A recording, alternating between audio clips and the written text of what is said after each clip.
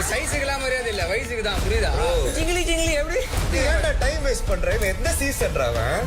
கேட்கலப்பா. Hello எல்லாருக்கும் வணக்கம் and welcome back to our channel. இப்போ பிக் பாஸ் வீட்டுக்குள்ள பாத்தீங்கன்னா ரெண்டாவது ப்ரோமோ வெளியிட்டு இருக்காங்க. இந்த ரெண்டாவது ப்ரோமோல சத்யா அண்ட் ஜெஃப்ரி இவங்க ரெண்டு பேருமே பிக் பாஸ் வீட்டுக்குள்ள வராங்க. வந்தவங்க ஒன்றும் சும்மா இல்லைங்க, நம்ம ஆர்னவ் இருக்கார்ல, அவரை வெச்சு செய்யணும் அப்படின்ற ஒரே குறிக்கோள் தான் வந்திருக்கீங்க. வந்த உடனே செம்மையா வந்துட்டு ஃபன் பண்ணிட்டாங்க. ஆர்னவ் ப்ரோக்கு மட்டும் கிடையாது, நம்ம ரவீந்தர் இருக்கார்ல, அவருமே வந்துட்டு வச்சு பொலப்பொலன்னு பொழக்கணும் அப்படின்ற ஐடியாவில் தான் வந்திருக்காங்க. ரெண்டு பேருமே பேசின கான்வர்சேஷன் பாத்தீங்களா, டேய் டச் பண்ணி பேசாத, இந்த தடவரை வெள்ளா வச்சுக்காதுன்னு சொல்லிட்டு சத்யா ஜெஃப்ரியை பார்த்து சொன்னதும், ஜெஃப்ரி வந்துட்டு சட்டப்பட்டெல்லாம் போடுப்பா, உடம்ப காட்டிக்கலாம் நிக்காத அப்படின்னு சொன்னதும் ஆர்னவ பயங்கரமா வெச்சு செய்யற மாதிரி இருந்துச்சு. இது எல்லாத்தையுமே செஞ்சுட்டு சாரி ப்ரோ, தப்பாத்துக்காதீங்க ப்ரோ அப்படின்ற மாதிரி ஆர்னவ பார்த்து ஜெஃப்ரி கேட்டது. இது கூட பரவாயில்லங்க, சத்யா ஒரு படி மேல போயிட்டு எந்த சீசன்ரா நீ ஃபர்ஸ்ட், இந்த சீசனா அப்படின்ற மாதிரிலாம் கேட்டது வந்துட்டு வேற லெவல்ல. ஸோ நீ உன் பேரே யாருக்கும் ஞாபகமே கிடையாது, நீ எல்லாம் எங்களை பத்தி பேசுறீடா அப்படின்ற நோக்கத்தோடு தான் சத்யா வந்துட்டு ஆர்னவ பார்த்து கேட்டது.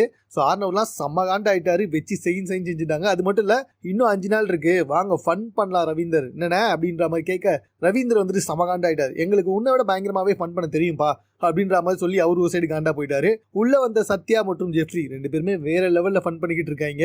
எனக்கு என்னவோ கை கிளப்புல கூட போய் முடியறதுக்கு வாய்ப்பு இருக்கு அப்படின்ற மாதிரி தான் தோணுது. உங்களுடைய கருத்து என்னன்றதுங்க கமெண்ட்ல தெரியப்படுத்துங்க. மேலும் இது போன்ற செய்திகளுடன் கூட தெரிந்து கொள்வதற்கு சென்னை சேனல்